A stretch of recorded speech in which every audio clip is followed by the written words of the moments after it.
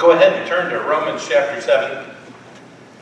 And while you're there, let me just introduce it a little bit. Oh, we made a mistake.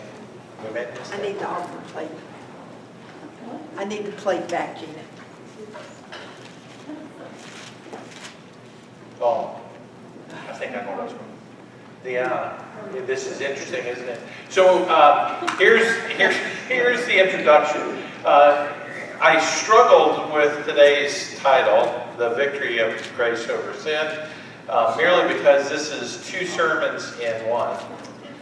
And so what we're going to do is put these together. Wow. Put these together. There's a little bit of that pie crust that's in the back of my throat. No, I think I'm fine. If I keel over, somebody rush up and do something, please. But beat on his chest. Wow. So I struggled with the title this morning because it's two sermons in one. We're going to look at what's a challenging passage for a lot of people. And you'll know it when we get there. Most people know this section as Paul just sharing how he struggles with sin. And there's a lot of debate about it. I'll bring that up when we get to it. But here's one of our challenges. This morning, I want you to think, when it comes to this sin topic, I would like for you to just kind of open your hearts and your minds. And maybe this deals with your annoying habits. You got it? Now, I've got a list of annoying habits.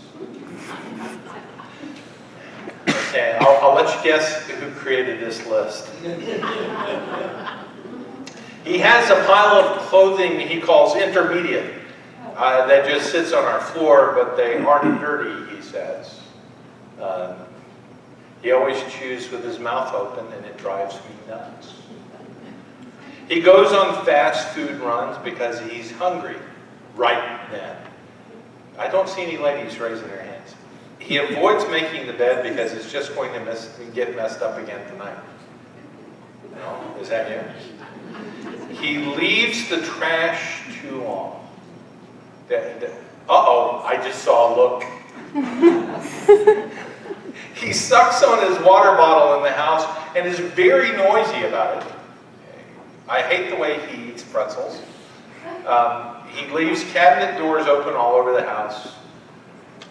Oh, I thought I'd get that. Mine's drawers. I just kind of leave the drawers out just a tad, and it drives somebody in the house crazy. He leaves his socks on the living room floor. I thought that would get somebody. He has road rage.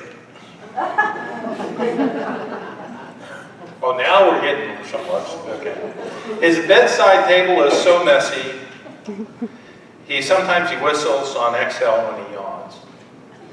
Biting his nails all over the place, gross. The man eats jam out of the jar with a spoon. Yeah, peanut butter actually is best for the jar. He wakes up in the middle of the night to snack. You got those? Oh, wow. I've got one for the guys. She has one annoying habit. Breathing. I should say that the joke actually was my ex has one annoying habit, and that is breathing. Here's why I want you to think about annoying habits. There's a great book, and I'd recommend it to any of you to read. And it does have to do with this topic. And that is Christians dealing with the subject of sin. After a time in our lives, we tend to kind of whitewash our lives. And there's some things that we just we lower the bar on. We'll say things like, well, if you knew what I've been through in my life, you would understand. Or, we just do those sort of things about sins, and they should rightly be called sins, but we put them in the annoying habit category. And those were annoying habits, but sometimes we've got some sins. So here's the book. It's called Respectable Sins. In the church, there is a tendency with our righteousness that we take and we look at other people, particularly other people who have egregious sort of sins, the biggies, and we tend to diminish our own, hence the title of the book, Respectable Sins, because there are some things that are just, well, they're bad, they're annoying, but they're not necessarily sin. I mean, it's not gossip if we say we're going to pray and we bow our heads while we're gossiping, right? You know, those sort of things.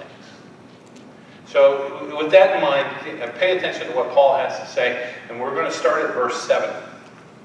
What shall we say then? That the law is sin? And keep in mind, the reason he's asking this is Paul's tendency is to ask questions but then answer them, because he's kind of second-guessing where we're going in our mind.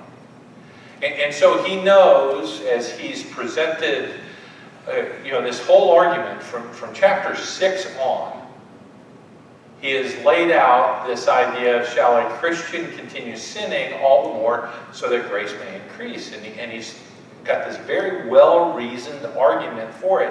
But one of the things that he's brought up is the issue with the law. That we as Christians are no longer bound by the law, we're bound by grace, and we're supposed to operate differently. But in the midst of this, he's made the law sound bad. So he asks that question, what shall we say then? That the law is sin? By no means. Pay attention to what he has to say. Yet if it had not been for the law, I would not have known sin. Have you thought of that? If it wasn't for the law, I wouldn't know what sin was. For I would not have known what it is to covet if the law had not said, you shall not covet. We had a friend in Florida, and you had Eli, I can say his name, Eli wouldn't matter. I mean, it wouldn't bother him. Eli Simpson. Then Eli was one of those guys who went to Vietnam, but not all of Eli came back. Now, I don't mean he left body parts there. What I mean is, emotionally, he was traumatized. Agent Orange, he's got cancer. He's actually dying right now. But when Eli first landed on our doorstep, he was a little bit of a rough cut, might I say. He was a good-looking guy. He had a tendency to dress and cut his hair like Elvis Presley. And I remember giving blood one time. We had a bloodmobile at the church. I'm giving blood, and there's this nurse, and Eli pulls up in this 400-foot-long Cadillac. You know, remember the days when they made cars, and today's parking spaces can't hold them? So number one, it took 2 car spaces in length just to park the car. And that's not including the width. So he pulls up, and it's this beautiful 1969 Cadillac convertible. Oh man, it was smoking. And Eli gets out, and he's still dressed in the 70s.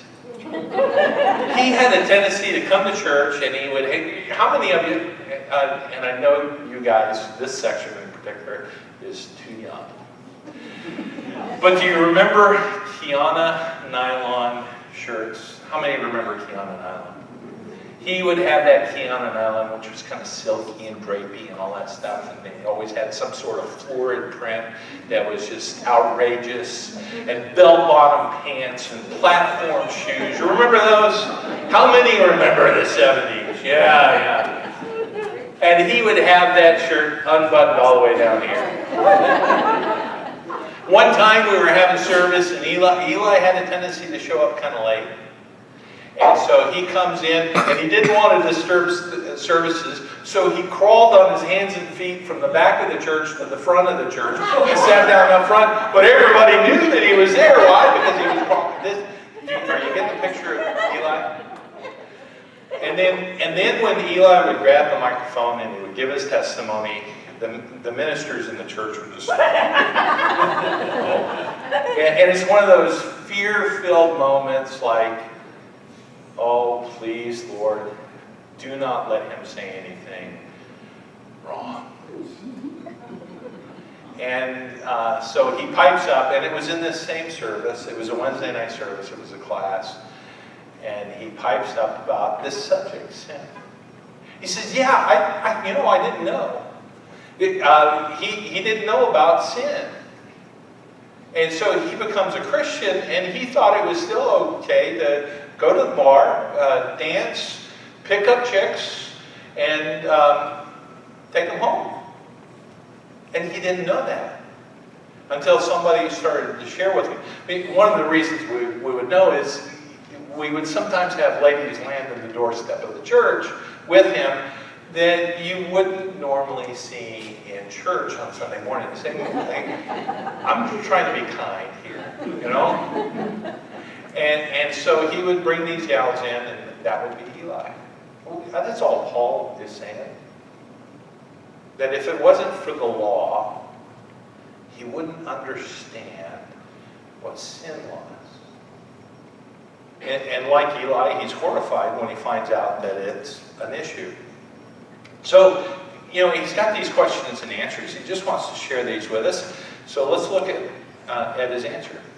But sin, seizing an opportunity through the commandment, produced in me all kinds of covetousness. For apart from the law, sin lies dead. Really? Paul? Wait, I thought you were making an argument, Paul, that that law is good, but it sounds worse, doesn't it? Doesn't it sound like sin, that the law opens up the door for sin?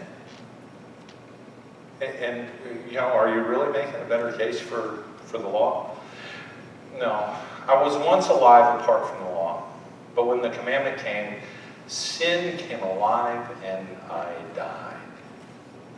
The very commandment that promised life proved to be death in me. Do you get it? What's he saying? He's painting a picture of what goes on inside of us. For sin, seizing an opportunity through the commandment, deceived me, and through it killed me. So the law is holy, and the commandment is holy, and righteous, and good. Does grace mean that the law is bad? No. What's Paul saying? We have to understand as human beings the inherent nature within us to sin. It's like taking a breath. It's why every child, when they reach that age of accountability, sins. It's just what he introduced in chapter 5, verse 12. That the very moment we come to this idea that we know the difference between right and wrong, guess what we are going to do? Every human being since the beginning of time has a tendency to do the same thing. Sin. And you've seen it with your own children, haven't you? Don't we understand this best when we raise children? It's that moment when they look at you and you look at them and your thoughts are, right? Imagine what God feels like, because he calls us children. And it's that moment that we just have that rebellious attitude, and like a parent, but what takes over, by the way? And love, right? That's what keeps us from, I brought you into this world, I can take you out. Right? But love keeps us from doing that. And that's what kept God from doing that. So here's the law versus sin. The law is meant, when you're dealing with somebody who deals with eternity, and these lessons are generations long, you have to understand that the law was presented to us to show us our need for grace. It's to make us jealous for grace, to make us hunger for grace. So the law isn't bad. It was there for a purpose and achieved its purpose. It's good, but it's nothing more than lesson material. Because do we as human beings struggle with the concept that we can make things right? Here's what I mean. Do we live with the myth that humans can fix their problems? Yes, we do. And all you have to do is pay attention to the news. And if you're still watching, I recommend, and I watch the news every day. But if you're watching the news, every human being thinks they're going to fix this world. That all we need is a new law, a new rule, a new way of doing things. We're going to create Eden on earth. We're going to fix things. And then we do it corporately, but we also do it individually. You even see it when people come to Christ. You will have people who say, well, when I get my life right, I'll turn my life over to God. And the opposite is true about grace. The truth is, God does the cleaning up in our lives. We just have to surrender, which is what this lesson is about. So that's the law versus sin. Let's read on, verse 13.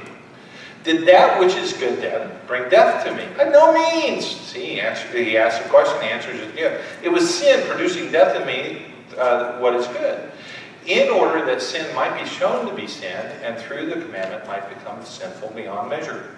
See the lesson? He's teaching the lesson, but he's teaching the lesson borrowing from God's great lesson. For we know that the law is spiritual, but I am of the flesh, sold under sin. Really? Really? By the way, let's stop there. That's one of those aha moments. Who did the selling? You know, for those who are thinking, oh wait, you know, I can just cry mea culpa, and this is my humanity. I'm going to sin anyway. So, and I'm covered by grace, which was the introduction of this whole argument. Chapter 6, verse 1. Shall we go on sinning all the more so that grace may increase? By no means. He loves those words. By no means. No, that's not what this is saying. We sin, and this flesh is going, you know, it looks like it's trying to take over. That's our nature, but there's a bigger answer to it. Who did the selling in this? We did. We didn't get sold into it. It wasn't like, you know, all of a sudden we kind of bumped into a corner and said, oh, you're a sinner. Really? I didn't know. We're all full partners in this. Got it? So, verse 15. For I do not understand my own actions, for I do not do what I want, but I do the very thing I hate. Now this want and hate are big clues. Here's the big argument. There is a group of theologians who believe that this passage is speaking to the man of the flesh, not the man of the spirit, because he talks about the spirit later on. And so this is not written to Christians that they understand themselves, which is one argument, but that it's written to Christians so they understand non-Christians. No. Let me tell you, we love doing what's wrong. But when we come to Christ, that thing we used to love to do, we now hate to do. And so what he's talking about is, he's talking to Christians who struggle with sin. And I want to satisfy God, and hence you're annoying Adam. Are there some things that you struggle with in life that you would just like to unload, but it seems like, you know, you just keep coming back to it, and coming back to it, and coming back to it? That's human beings. That's Christianity. We struggle with sin. Let me illustrate. One of the aha moments you have when you're counseling drug addicts is just how bad the addiction gets. And so the number one thing I would find was the drug addicts who were remorseful as they were going through this 9-month therapy program. They were remorseful that they had chosen drugs over their own children. And you know, it gets pretty bad. When when you know that having drugs in the house is an issue and the law enforcement, and there are people checking on you all the time. So it's not like it's a surprise. But when you know that you consciously make a decision to go and get those drugs, why? Because the drugs make you feel good. You want them. But the decision that takes place, and they know it. You see, there's a whole segment of society that thinks we kind of bump into sin and it's, oh, it just took me over. I didn't know. Well, Lordy be, that girl just showed up. And no, it doesn't work like that.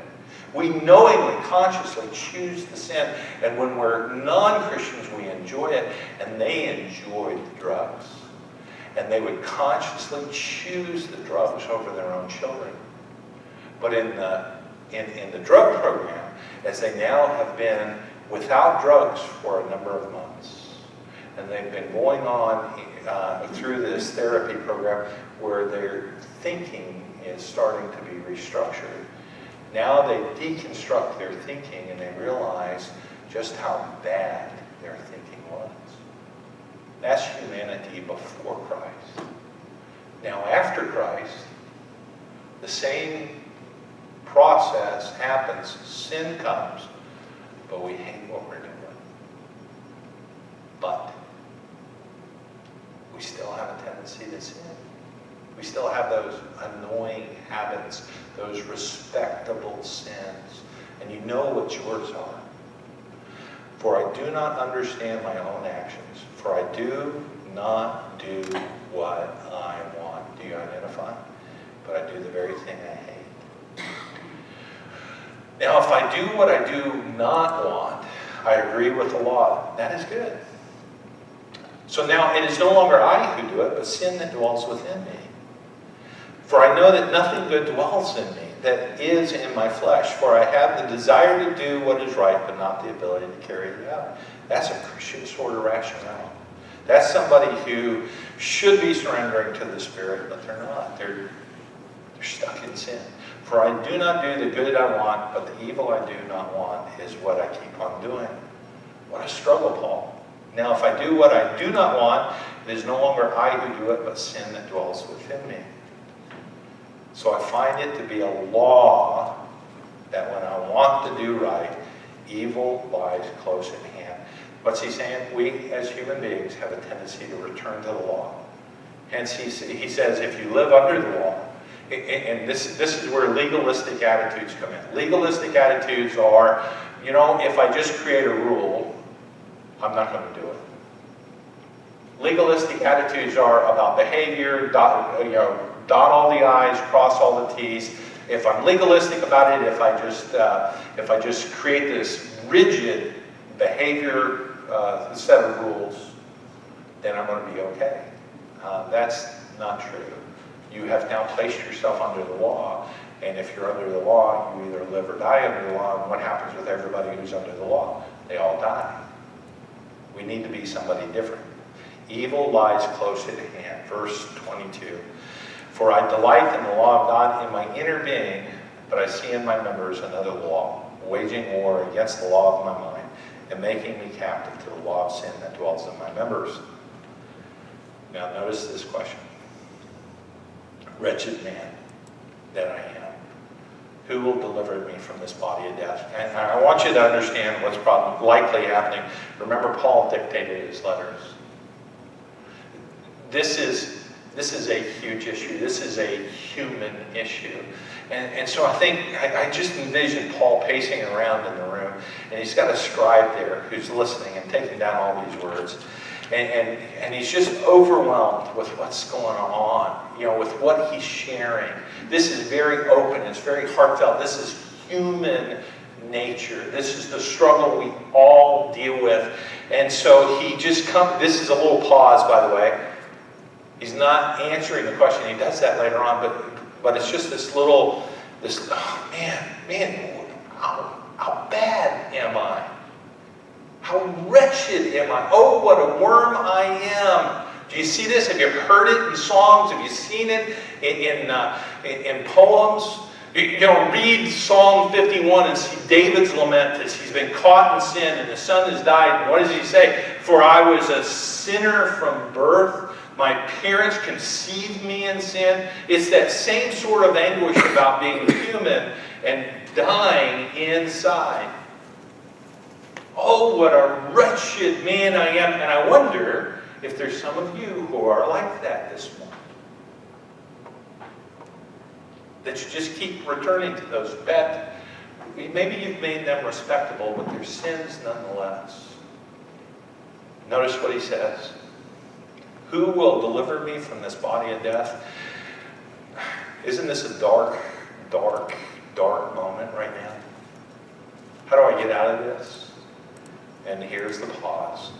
Thanks be to God through Jesus Christ our Lord. So then I myself serve the law of God with my mind, but with my flesh I serve the law of sin. I want you to watch this little video, which illustrates what we're talking about.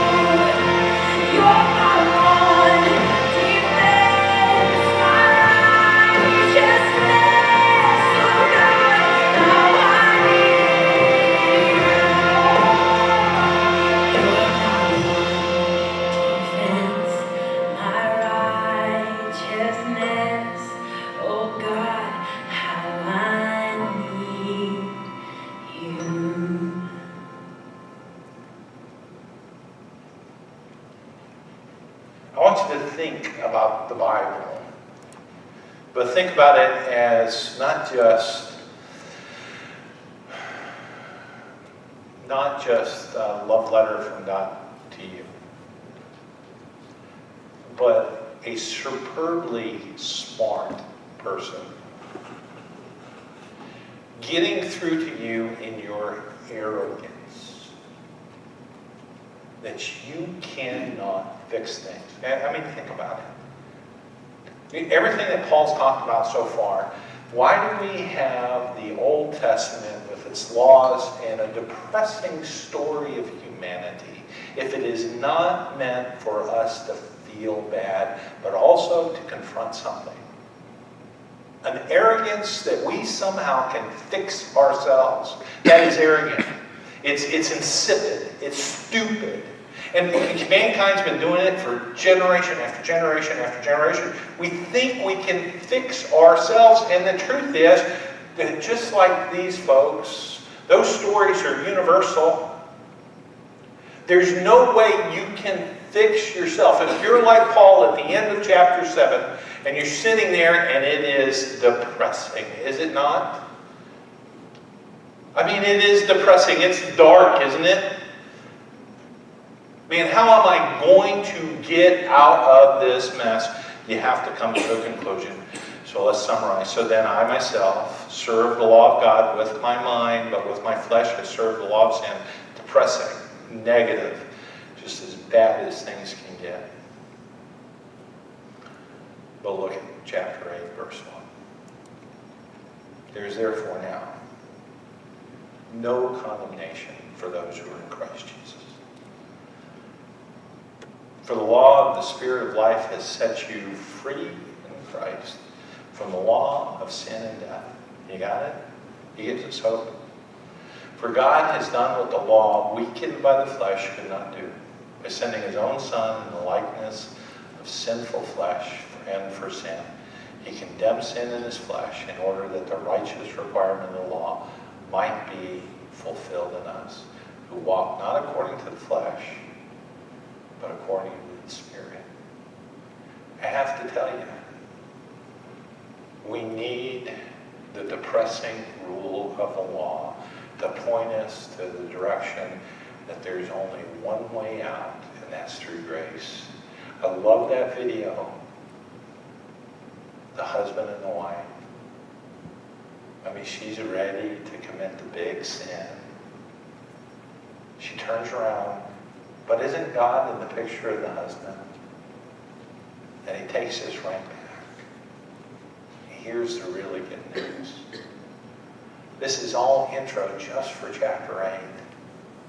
Because Paul takes us to victory in chapter 8. That when you surrender and quit this stupid idea that you can fix your problems, and we can even talk about grace and talk about the sacrifice of Christ, but we still have this tendency to return to trying to fix our problems. Rules and regulations, dot the I's, cross the T's. Maybe if we sing enough hymns, maybe if we go to church every time the door's open, maybe if we do all these legalistic sort of things, we make it out, we fake it till we make it. No, you know how you make it? You make it through surrender.